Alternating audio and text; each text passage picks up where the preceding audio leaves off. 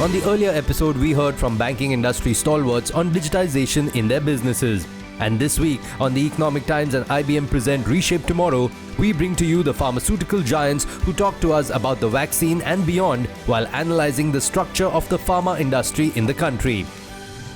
The Indian pharma industry has matured greatly over the past 2 decades. In FY20, we exported drugs to over 200 countries. We earned more than $16.28 billion in turnover and contributed 20% to global exports in terms of volume. The domestic market is also growing fast. It's expected to record turnover of 100 billion by 2025 from 20 billion in 2019. The government could certainly do more to incentivize formulations and R&D. The industry has asked for the restoration of weighted tax deduction on R&D related expenses. Greater investment in R&D and a stronger clinical trial ecosystem would also take India into the league of the blockbuster drug creators, also known as new chemical entities or NCE. And there are other challenges also, of course, and we will look to our panel for some of the answers. First, I would like to invite Sandeep Patel of IBM to give his welcome address. Sandeep. We just underscored the importance of this industry, I think, particularly in today's world. And as we recover from COVID-19, our response to this pandemic has taught us vital lessons about the intersection of data, science, and technology. Life sciences organizations have to manage the increasing volumes of data with hidden insights that could potentially tackle some of these issues. And data which fundamentally is also different from the way we've always known data. Now we see data as both structured and unstructured. Unfortunately, most organizations are unable to unlock the full value of the data at their disposals. So advances in cognitive computing can help bridge the gap between data quantity and data insights. Cognitive-based systems can build knowledge, understand natural language, and provide confidence-weighted responses. We will open the discussion with your thoughts about the way COVID vaccination strategy is playing out. And for that, I'll go to the tallest leader in the Indian pharma sector, Dr. Shah. Ma'am, what can we do better is my question to you. What are the critical areas that we are missing out on? And do you believe involving the private sector will yield faster rollout and perhaps more efficient tracking as well? To you, Dr. Shah. Well, I think we should really look at the pace of vaccination as of today. And as you know, we haven't even reached 10 million people as of date, which I don't think for a country of our size is at the level it should be. We ought to be vaccinating at least 5 million a day. And I also believe that we need to do it rapidly because we are seeing surges of, cases in many, many parts of the country, which is very worrying. We also know that, we are at risk of being infected by some of these variants from other parts of the world, like South Africa and, Brazil and UK and other parts of the world. And we know that for a country like ours, we don't need a third wave. I mean, we've been very fortunate till now because our numbers are low, our mortality rates are low, and for a combination of factors, we are in a good place. But let's not lose that good place. And to me, vaccine-induced herd immunity is extremely important to stop transmission. It is very easy to vaccinate 5 million people in this country. Because of the number of hospitals we have, the number of medical institutions we have, and the number of human resource that we have who can vaccinate. So I think it's much easier done by pulling in the private sector than to just allow the government sector to be doing this task. Nandini, what would you do, if the private sector were to be brought in? How would you? I think the first is there are a number of corporates who've made their wish to buy vaccines and to vaccinate their employees and their families public. So I think first is let the people who want to buy the vaccines actually buy it. The other one is, do you trust your GP and do you trust your rather than the government BMC doctor, right? And if you trust your GP and if the GP is saying you should do it, people will do it, right? And I think that's the answer is you have to get trusted interlocutors who are in the communities that people work with, they understand the data, and they're saying, if you go and vaccinate, let's go do it. And I think the more people celebrating that, look, I got a vaccine and I can actually now safely go to the cinema or to the restaurant or wherever, I think that also will help. Apart from getting the private sector involved in the vaccination drive, what other things you can see can be improved in this? I think a lot has been spoken about increasing the rate of vaccination, increasing the acceptance levels in the country. And the private sector participation part has also been brought about, and I completely agree with that. I think at a broad level, there is a need to have a much higher convergence through the various stakeholders. So in addition to the government, you have pharmaceutical companies, you have hospitals, you have diagnostic chains, you have a host of people who are operating in the healthcare space. And if they collaborate, I think the rate at which people get vaccinated, the rate at which people gain more confidence in the vaccine, that rate is going to increase tremendously. What are the other critical areas of drug development that India needs to work on? Let's hear from you from a slightly broader perspective. What should be Indian pharma's key focus areas going ahead? Definitely COVID is one. What are the others? Indian pharma industry need to create capacity bigger than what we need today. If we have capacity, what we are fulfilling yesterday's gaps, rather than creating capacity for tomorrow. If you look at the amount of capital spent on creating facilities, whether it is a NCE, small molecule, or a biologicals, is not enough. We don't have surplus capacity. I used to give one example when people talk about capacity. In Japan, when Fukushima accident happened, Japan used to get to 1/3 of the electricity from nuclear. They decided to shut all the nuclear power plants, and the country never had power outages. That means they have that much excess capacity to feed in the case of emergencies. Here, we don't have that kind of backup plans. We only create infrastructure or our factories for yesterday's requirement. We don't create for the next 5-year requirement. The reason could be the capital could be expensive. And if the companies are publicly traded, they have their own challenges not to spend for 2030s projects, rather they would like to spend for 2021 March projects rather than 2030 projects. Surplus capacity, if it is unutilized, then that also creates a different kind of problem, right? Then you don't have opportunities to cope up with these kind of pandemics. See, for example, if there is a small molecule, there are a couple of small molecules also under clinical phase right now. If some of those molecules get approved, can India produces enough quantity to feed the entire world? We don't have capacities, spare capacities. If you want to produce a drug, 10 billion doses, and it's API, you have to stop something else. So what I mean is creating excess capacity. Right. And, just to carry that thing forward a little bit, I'll just come to Sandeep, on this question on technology again. And Sandeep, we know a little bit about how cloud technologies can help us, and automation, especially in areas of compliance, right? In areas of quality, supply chain challenges. There are areas where, apart from the more glamorous thing of creating new molecules and all, but technology can also help pharma companies become far more efficient and effective in managing their business, right? And can you tell us how these things can help us, and how they might also help us meet the rising demand, for this inexpensive drug? No, absolutely. And yeah, in many respects, I think some of the comments I made about the supply chain and getting things from R&D, to market, I think a lot of it comes together in terms of how effectively and efficiently some of those systems and others work. So again, let me just use some data, right, to leverage some of this data to shed light on the role of cloud adoption, and particularly hybrid cloud, that addresses some of these compliance challenges being faced by the pharma industry today. So again, one of our recent studies showed that 82% of healthcare and life sciences leaders that are defined as torchbearers, those who primarily incorporate data in their strategies, operations, culture, said that they expect to make a significant investments in toward moving towards a hybrid cloud model in the next few years.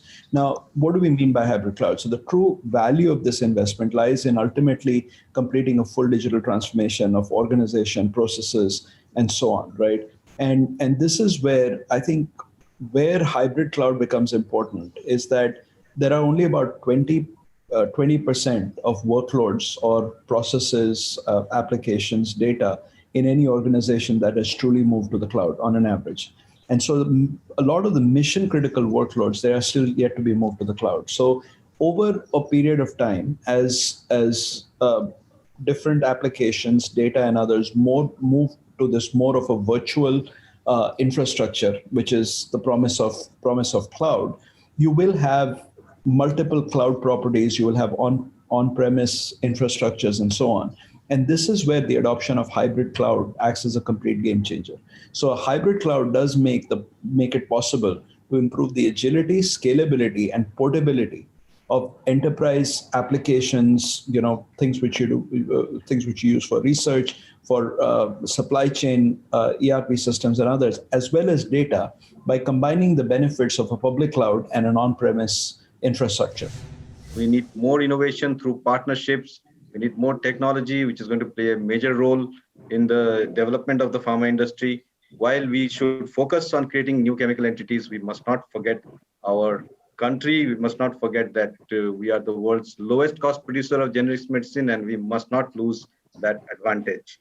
So, and there are several other points also, but at this point, I would just like Sandeep to thank everybody. Great. So I'll keep it very short and sweet. So thank you everyone, Dr. Shaw, Dr. Shava, Nandini, Deepak. Again, thank you very much, and obviously Alakesh and Suchetna, great, moderating this entire panel. So thank you, everyone.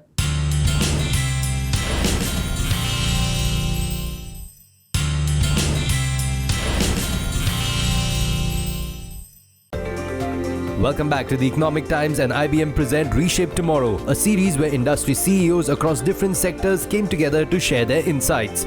The manufacturing sector is a pillar of a reviving economy, and industry leaders talk to us about how the post-pandemic norms are going to affect the sector. Let's listen in. Welcome to the Economic Times IBM Reshape Tomorrow Manufacturing Industry CEO Roundtable. Thank you all for joining us here today. Today we will chat on the subject Beyond COVID, Manufacturing's Innovation Imperative.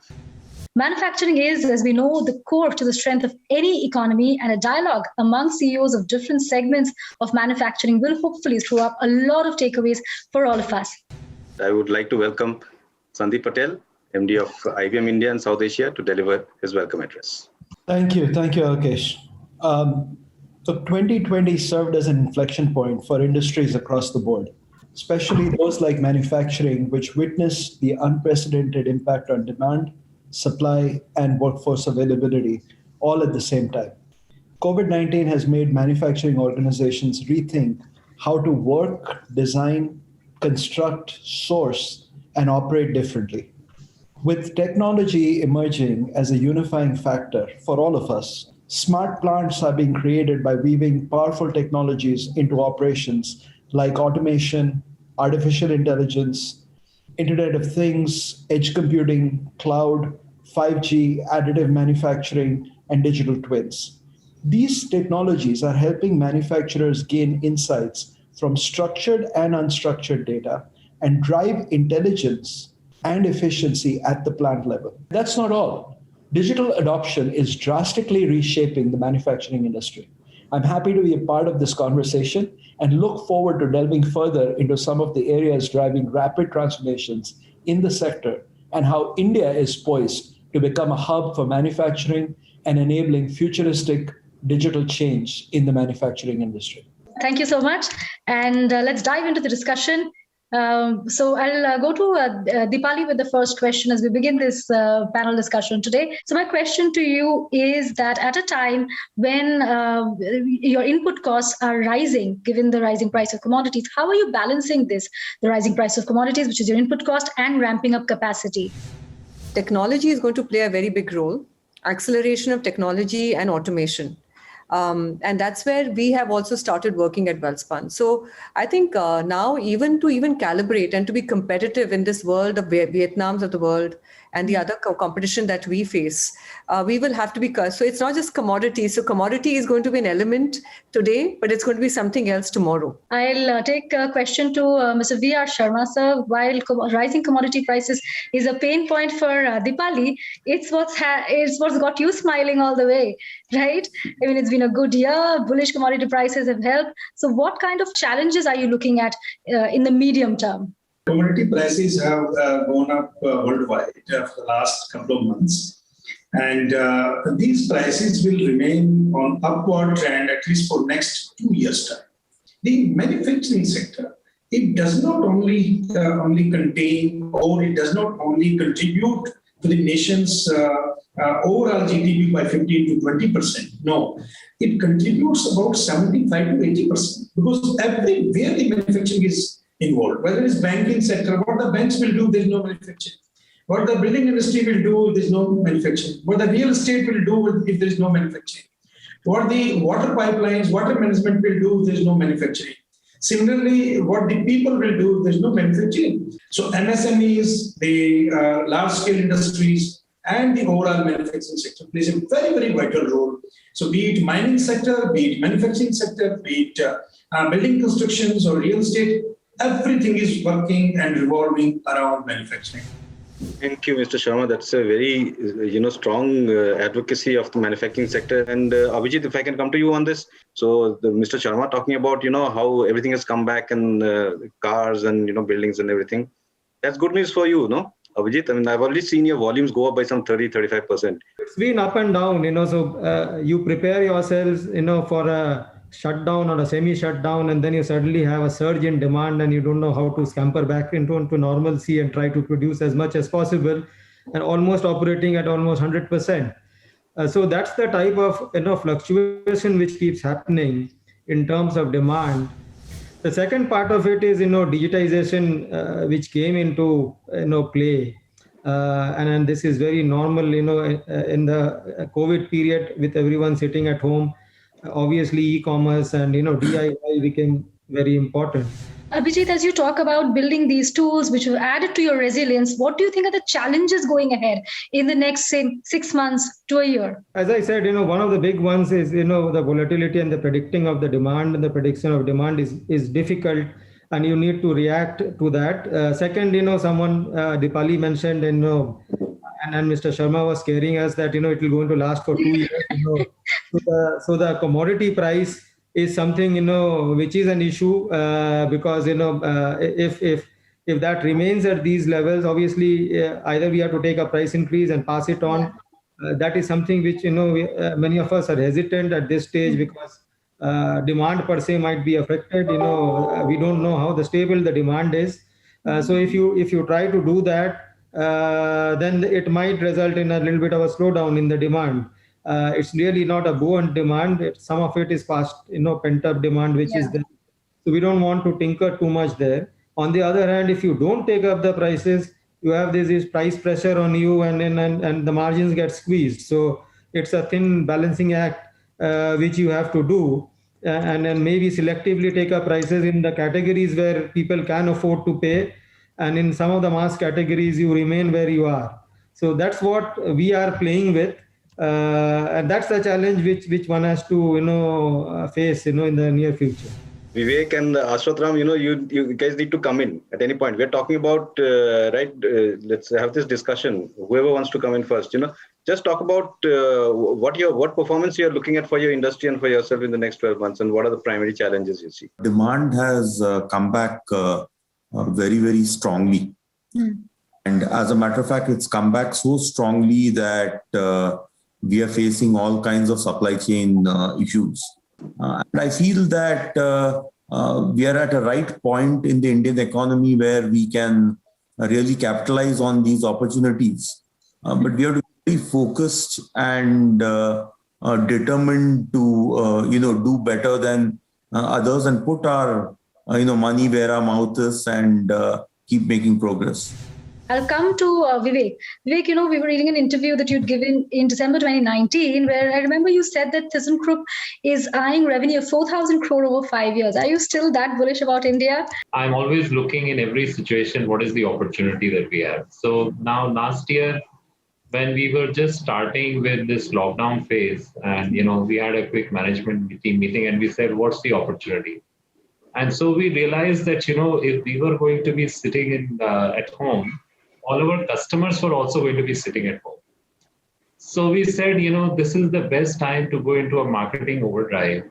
Coming to innovation, I think this is really, really important, especially from a manufacturing perspective. I think we are a company, where our tagline says engineering tomorrow together. Yeah. Right. So we are constantly focused on innovation. And in fact, I think a few years back, MIT in their global ranking came up with ThyssenKrupp as one of the most innovative companies. On the one hand was Uber, on the other hand was Tesla. And we were somewhere in the middle, the only manufacturing company to make that list. To all my fellow co-panelists, I will just say a very earnest thank you for participating. I think excellent comments, I think excellent perspectives, and a lot for people who are going to be viewing this, for them to take away and actually bring it to use to drive more efficiencies and more improvement in the sector. So with that, thank you again.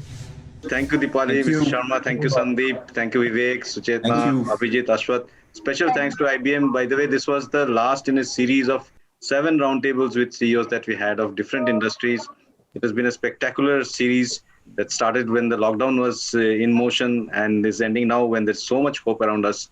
Thank you all very much for bringing this series to an absolutely spectacular conclusion.